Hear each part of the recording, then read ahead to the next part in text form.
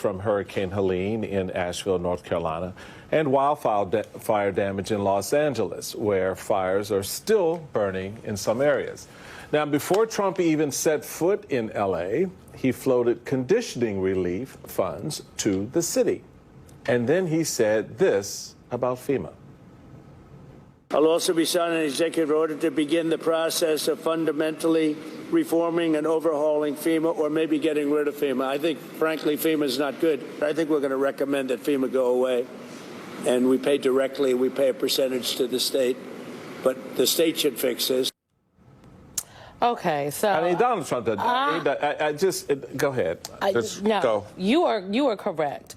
I just can't even. I can't even either, because I was pulling up when FEMA was established, because first of all, FEMA stands for Federal Emergency Management Agency, okay? It is the agency that supports citizens and emergency personnel to build, sustain, and improve the nation's capability to prepare for, protect against, and respond to, recover from, and mitigate all hazards, okay? FEMA came into being in force post-Katrina. Given the devastation that the people of New Orleans And it was also, and here's a critical little piece that the president probably doesn't get because he don't read, is the fact that FEMA's job is why it was created on the heels of Katrina was the consolidation across agencies and across private agencies out there that are involved in the recovery and health and the administration of services to devastated areas, to coordinate those efforts. And the monies that FEMA has allocated by the United States Congress is designed to put cash in hand immediately to get things moving, so that you don't have the processes that slow down the recovery. Putting this exclusively in the hands of states, they will be overwhelmed by it. They cannot. First off, states have their own FEMA already. They have their own FEMA, emergency but they won't have the next level of cash that they're going to need to address that. So that's a part of it. Which is why, in your words, FEMA was leveled up post-Katrina. It was originally created in 1979, and then in about 2003, it officially became a part of the Department of Homeland Security under there, and then it was leveled up, in the words of Michael Steele, post-Katrina. Why do we say all this? Because if Donald Trump wants to eliminate FEMA entirely, he's going to have to go to Congress to get Congress's approval for a reorganization, a presidential reorganization authority, and so he would have to seek this from both chambers. Both chambers would have to give it. I find it very hard to believe that places like is Tom Tillis going to vote for this? I don't know if Tom. Yeah, you know, Louisiana, North Carolina, Alabama, Mississippi, all those states. Florida. Then we get into the tornado. Tornado Alley. Tornado Alley. Those states, Ohio, Iowa, except. So y'all go prepared to have the federal government just go away in terms of its response and leave it to you? I just want to know how they're going to pay for it. How are they going to pay for it? Well, you know what, Michael, you know what they say, this is what they voted for. This is what they voted for. This is what they voted for. So we're about to vote for something else coming up. Trump once again shows his complete disregard for the rule of law by pardoning hundreds of January 6 rioters. We'll discuss with former Capitol Police Officer Harry Dunn next. This is The Weekend. In the inaugural address, we said a lot of things. As the president speaking, joining us now is Democratic Congressman and ranking member of the House Budget Committee, Brendan Boyle. You've heard some of the president's comments criticizing FEMA, criticizing the Biden administration. It's been 4 months saying that water, roads, not restored yet in that very difficult area of North Carolina since the hurricane. First of all, your response. You're such an active person on budgets and appropriations. Yeah, well, great to be with you. And first of all, his call today to actually eliminate FEMA, I don't even know what that means. Does that mean that the next time we have a disaster like the one that happened in North Carolina, that people will get no aid at all, or all the hurricanes that have afflicted Florida over the years, or now the situation with the fires in California? Let's not forget, it was 20 years ago exactly that a botched FEMA response to Hurricane Katrina in New Orleans really is what began the end of George W. Bush's second term. And that was a situation where, of course, FEMA existed, but it wasn't well run. So if Donald Trump is really talking about following through with getting rid of FEMA, it'll hurt a lot of people, and it will actually hurt him politically.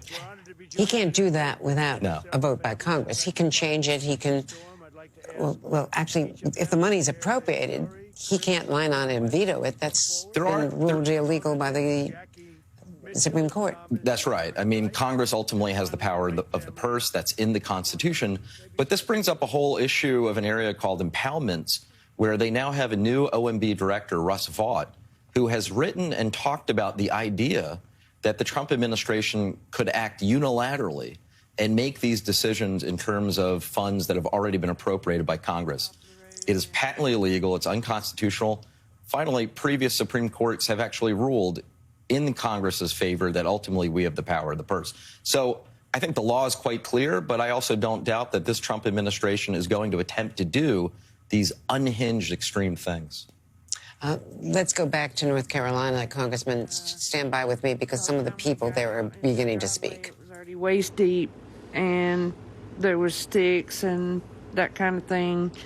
I didn't think I was going to make it, but we did make it out, and we made it to the top of the road, and we were kind of stuck there for hours because we couldn't get out any of the ways because it was flooded all the way around. It took us hours, and we sat there, and finally it receded enough to where we could actually get out. It was probably like close to midnight, and it started like 5, 6 o'clock in the morning. We just lost everything that we had. Didn't even have a brush for like 3 days. So, thank you. Okay, good. Would you like to say something with that beautiful baby? Yeah, so when the hurricane storms hit North Carolina, And as hit we're our home, watching the president and some of the people who were with him, we've seen this response, and I know this is one area of North Carolina, but there still is obvious suffering there, Congressman. Yeah. Can't the government, and it was up to Joe Biden and that administration up until Monday, can't they act more expeditiously, even in some of these very difficult to reach areas? Yeah, well, first, my heart breaks for that family and the others who have been afflicted. I'm not sure using them as political props for an event for Donald Trump is really going to give them the help that they need. I can tell you one of the things that really hurt the recovery effort was all of the misinformation online that actually made it difficult for FEMA to do their job. Now, there's a Republican congressman from that area who I thought was quite brave in speaking out against that misinformation. Right, I remember. But it absolutely was one of the things that complicated relief efforts and actually made it more difficult to get people the aid they need. And presidents have gone to disaster areas, all the time. And, of course, George W. Bush was criticized for not going to New Orleans back in 2005 as quickly as he might have. But the presence of having the Republican National Chairman there shouted out repeatedly by the president, that is something new. Let's talk about California, because he's heading to California, a Democratic state.